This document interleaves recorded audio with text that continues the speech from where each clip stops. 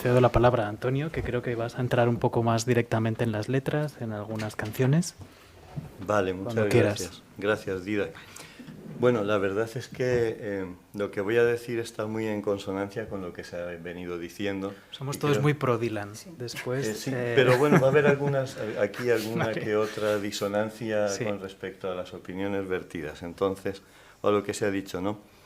Yo creo que Bob Dylan es fundamentalmente un temperamento iconoclasta, un innovador, un revolucionario absoluto de las formas artísticas, porque también sabemos que pinta, que es músico, también su faceta de pintor, muchos de sus discos han sido diseñados por él, ha hecho también todo tipo de manifestaciones poéticas en este sentido. Y creo que sí que es clasificable en términos, discrepo de mi querida amiga Cristina, sí que es clasificable en términos musicales. Es decir, lo que ocurre es que hay una gran cantidad de formas musicales que él trabaja y comenzando desde su trayectoria en el folk, ¿no? Pues luego ha practicado pues, o ha creado canciones y música dentro del blues, del country, el rockabilly, rock and roll, gospel, jazz, rap. Esta canción, por ejemplo, la canción a la que ahora mismo veíamos esos carteles, ¿no? Subterranean Homesick Blues, perdón, Subterranean Homesick Blues. Es claramente, por una parte, el comienzo del rap, y por otra parte también es un poema dadaísta, porque así es como se creó, se fue creando, fue tirando palabras, o sea, que lo que hace es recoger toda esa tradición. Entonces, lo que fundamentalmente encontramos en ese Never Ending Tour de la vida y obra de Bob Dylan, pues es una gran creatividad musical, literaria, poética fundamentalmente, y también artística en términos generales, con más de 100 millones de discos vendidos, ¿no? Yo creo que ha enriquecido la tradición musical y las convenciones de la música pop. Es decir, que estaban ahí, pero él las ha ido reformulando, luego guste o no, que eso es otra cuestión, ¿no? Hay muchas referencias intertextuales, son constantes en sus letras. Nunca encontraremos una referencia real a Dylan Thomas. Es decir, la idea de que Dylan Thomas tomó el nombre de Dylan Thomas es algo que él recurrentemente, aunque es un gran mentiroso y estoy de acuerdo, recurrentemente ha negado. Por ejemplo, en la biografía que escribió Robert Shelton, dice: Dylan Thomas poetry is for people that aren't really satisfied in their bed, for people who dig masculine romance. Entonces, siempre ha dicho que no tenía nada que ver, y realmente yo no he encontrado nunca en sus letras un eco de Dylan Thomas, ¿no? Sí que se pueden encontrar ecos de William Blake en Every Grain of Sand. La Biblia es un referente constante en su obra. Sam Shepard y todos los autores que de alguna manera le influyeron, ¿no? Incluso algunos autores a los que él redescubre, ¿no? Como el poeta Henry Tim Lloyd de la Guerra Civil Americana, ¿no? En Modern Times, en el disco Modern Times. Ahí la letra se centra precisamente en este poeta, en este oscuro poeta, ¿no? Es decir, Dylan es muy consciente de la tradición en la que escribe. La poesía simbolista, el surrealismo, el dadaísmo. Rimbaud se ha citado aquí. Rimbaud él lo ha reconocido, una influencia fundamental en su poesía, y por ejemplo Mr. Tambourine Man es una canción creada a través de Rimbaud, ¿no? Y luego es muy interesante con respecto a la cuestión de Dylan y el Nobel, su merecimiento o no merecimiento, es digamos que la canonización o canonicidad de Dylan es algo totalmente comprobado, ¿no? Por ejemplo, el profesor de Harvard de clásicas, Richard Thomas, reconoce a Dylan dentro de la tradición clásica del poeta profeta, o Bates, ¿no? Del Bate, en la tradición de Virgilio, de Homero, fundamentalmente en la tradición del bardo, ¿no? Esa tradición bárdica, si se puede decir así, que no lo sé, y en la que se inscriben también los poetas beat, ¿no? Kerouac sí que era claramente una referencia para él. Recuerda Allen Ginsberg, cuando estaba citando pasajes de Mexico City Blues, y entonces dice Dylan, "It was the first poetry that spoke to me in my own language". Es la primera poesía que yo capté en mi propio idioma, en mi propio lenguaje, ¿no? Tenemos, por parte, pues, por ejemplo, del poeta británico laureado Andrew Motion, que defendía en un momento dado, hace ya años, "His lyrics should be studied in schools". Sus letras deberían ser estudiadas en las escuelas. Y luego simposios y congresos académicos ha habido muchos, sobre todo con motivo de su 70 aniversario en 2011, ¿no? Sus 70 cumpleaños. La Universidad de Mainz en Alemania, la Universidad de Viena y la Universidad de Bristol hicieron una especie de simposio conjunto sobre la obra de Bob Dylan. Ya existía desde hace tiempo un volumen titulado Lyrics Since 1962, que es el final de una recopilación, editado ni más ni menos que por Christopher Riggs, que es uno de los grandes críticos británicos, como sabemos, tanto de la época shakespeariana, victoriana, etc., y que fue publicado por Simon & Schuster en 2014, ¿no? Interesante también, estoy en una especie de brainstorming con respecto a lo que ya se ha dicho, ¿no? Y que creo que es muy interesante, ¿no? Bruce Springsteen, con esta, realmente es de alguna manera cierto que Bob Dylan siempre admiró a Elvis Presley, que es uno con el que se encontró en algunas ocasiones, y aunque discrepaban en su manera de entender la vida, etcétera, pero sí que tenían de alguna manera una cierta vinculación analógica, ¿no? Y esto lo destaca muy bien Bruce Springsteen cuando dice: "Bob freed your mind the way Elvis freed your body". He showed us that because music was innately physical, did not mean that it was anti-intellectual. El intelectualismo de las letras del rock y esa reivindicación de la poesía del rock creo que es lo más importante, ¿no? Y lo tenemos representado, por ejemplo, en el crítico del New York Times destacaba hace unos días: "In choosing a popular musician for the literary world's highest honor, the Swedish Academy, which awards the prize, dramatically opened the concept of the canon". De nuevo, habría el canon al darle este premio, que es el premio pues más controvertido, pero al mismo tiempo el más significativo dentro de lo que el común de los mortales entiende como el gran premio. Y luego Salman Rushdie, por último, dice: "From our fields to faith, song and poetry have been closely linked. Dylan is the brilliant inheritor of the bardic tradition. Great choice".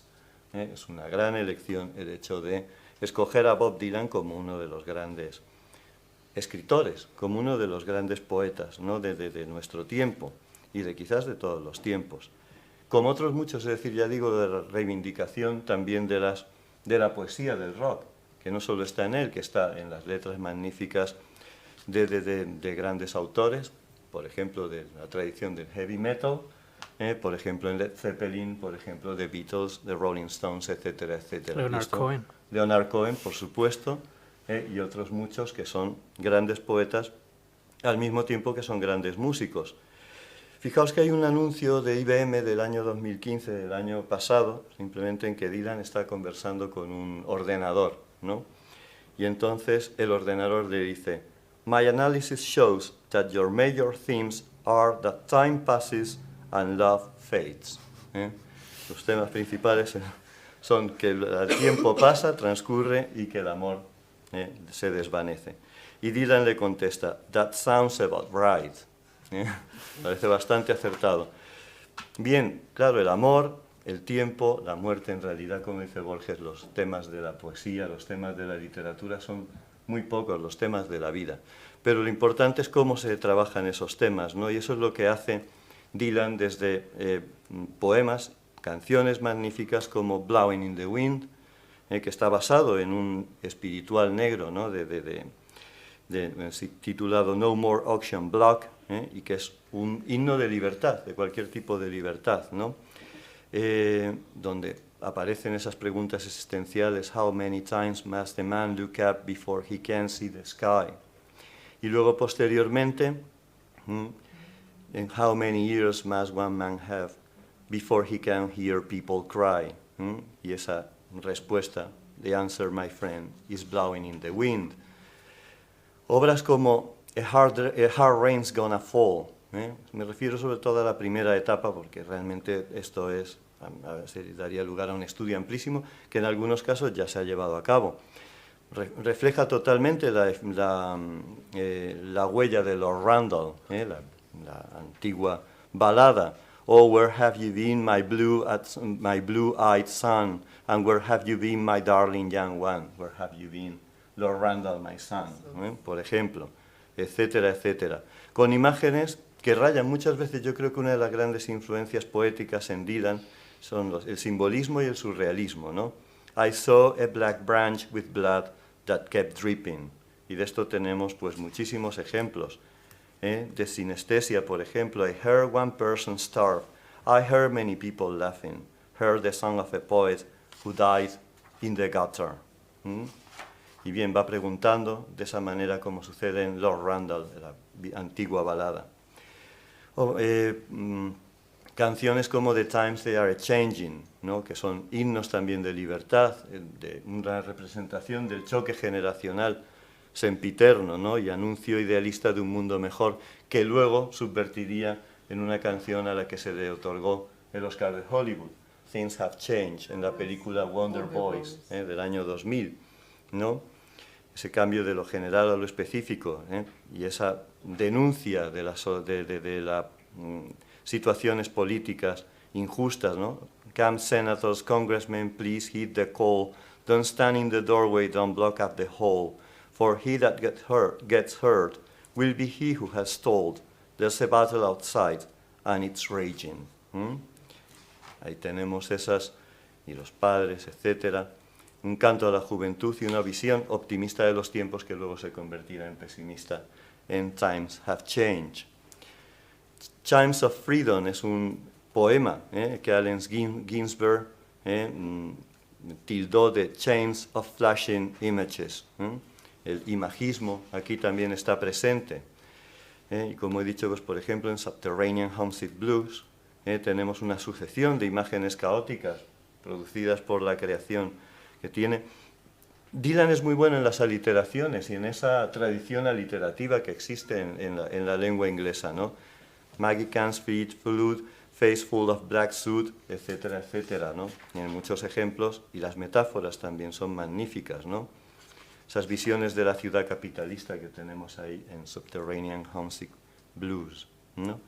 Y las imágenes metafóricas relacionadas con Rimbaud, por ejemplo, como he dicho en Mr. Tambourine Man, Take me on a trip upon your magic swirling ship, my senses have been stripped, my hands can feel to grip, my toes too numb to step, wait only for my boot heels to be wandering, etc. Son muchísimos los ejemplos en este poema. Es un poema visionario en la tradición romántica, yo creo, y en la tradición también del simbolismo francés de Rimbaud principalmente, ¿no?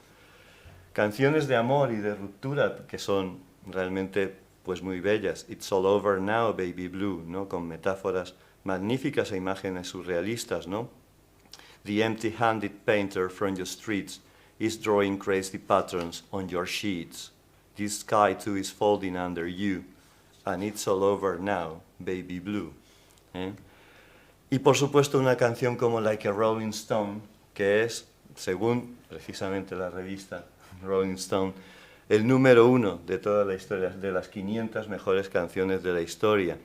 How does it feel to be without a home, like a complete unknown, like a Rolling Stone, que interpreta él magníficamente, y también los Rolling Stones en una magnífica versión, y que recuerda a Princesa de Joaquín Sabina, es decir, más bien esa intertextualidad que se mantiene. Ese surrealismo poético, incluso en canciones aparentemente inocuas, ¿no? De amor como I Want You, the guilty undertaker sighs, the Lansan organ grinder cries, the silver saxophone say I should refuse you, the cracked bells and washed horns blow into my face with scorn, but it's not that way, I wasn't born to lose you, I want you. Creo que es son poemas realmente bonitos, y digo poemas de manera completamente consciente, ¿no? Las imágenes grotescas de Desolation Row, que es un poema lleno de referencias intertextuales, desde Cinderella, Bette Davis, Romeo, Caín y Abel, El jorobado de Notre Dame, El buen samaritano, Ofelia, Robin Hood, Einstein, aparecen todos estos, el The Phantom of the Opera, aparecen en este magnífico tema, ¿no? Y donde al final, la penúltima estrofa dice: Praise be to Nero's Neptune, the Titanic sails at dawn, and everybody shouting, which side are you on?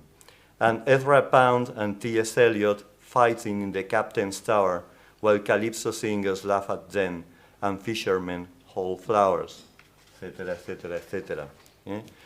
Creo que luego, por ejemplo, Jimi Hendrix inmortalizó All Along the Watchtower. El propio Bob Dylan dijo que la versión definitiva de esta canción era de Jimi Hendrix y no suyo. Está basado en el libro de Isaías, de la Biblia, ¿no? Y donde aparece además también desde el punto musical una innovación significativa, una progresión de acorde que va de sexta a quinta a cuarta, ¿no? Que luego utilizaría el mismo en Hurricane, que es una balada americana por antonomasia, y luego Jimmy Page en Stairway to Heaven. De alguna manera, fijaos, esta épica americana pues continúa en Knocking on Heaven's Door y en Pat Garrett and Billy the Kid, que creo que es un ejemplo claro de American Epic. Y termino, pues por ejemplo, con un poema como Forever Young, que está dedicado donde Dylan se reconoce como padre, donde habla de su amor filial, algún tema muy poco tocado en sus canciones, ¿no? Pero acaba diciendo como una especie de oración, ¿no? May your hands always be busy, may your feet always be swift, may you have a strong foundation when the winds of change shift, may your heart always be joyful, and may your song always be sung, may you stay forever young, forever young, forever young. Gracias. Muy bien.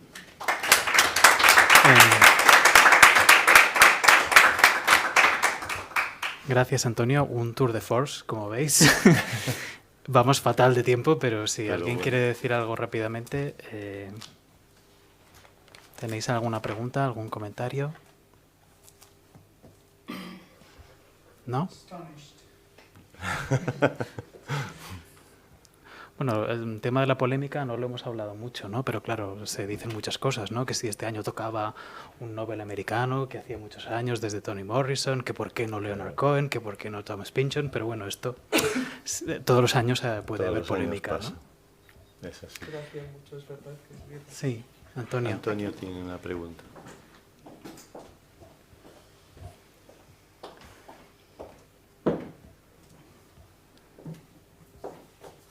Nada, un momento, gracias por alumbrarnos desde tantas perspectivas.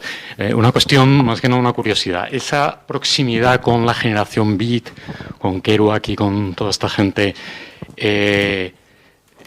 imagino que repercute de una manera muy directa en su manera de escribir, ¿no? Ese gusto por la improvisación, por la escritura directa, por la escritura automática, pero luego con todas estas mediaciones culturales que habéis ido mostrando, ¿no? Tan profundas a la vez, ¿no? Hay una relación ahí intensa en cuanto al modo de creación que practicaba toda esta generación. ¿Sabemos cómo creaba estas canciones? Si va en esta línea de improvisación. Pues yo creo que sí. Bueno, yo creo que Antonio ha apuntado un poco a esta idea de la tradición del bardo, que es pues la que tenía la idea que tenía Ginsberg de la poesía, ¿no? Como la poesía tenía que llegar al pueblo, tenía que ser una cosa directa, con mucho ritmo, con un lenguaje popular, que la gente lo entendiera. Tuvieron obviamente una relación muy cercana y yo creo que compartieron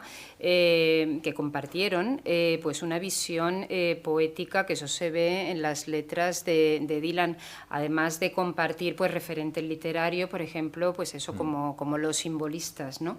Yo creo que ahí es una tradición muy anclada también en una idea del poeta como revolucionario, como alguien que puede cambiar la sociedad. Yo creo que esto es importante porque creo que Dylan realmente hace eso a través de la música más que nadie. O sea, si Ginsberg lo hace con El aullido, con Howl, yo creo que Dylan con sus canciones precisamente lo que hablaba de esta necesidad del individuo de rebelarse contra, bueno, pues una serie de cosas, no sé. Sí, sí, totalmente de acuerdo, claro, la verdad que sí. Hombre, su creatividad, pues, en fin.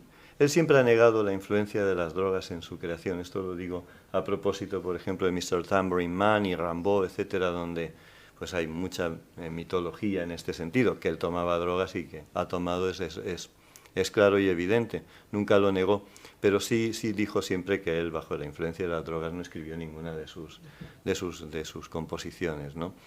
Y lo que sí creo que él maneja muchos registros a este nivel, ¿no? Desde eso, pues desde patrones dadaístas, surrealistas, simbolistas, lo que él precisamente pues también bebe de la Beat Generation, es decir, es una influencia mutua, y en este sentido yo creo que su escritura, la escritura de sus letras, pues claramente está relacionada con esos patrones, con esos paradigmas.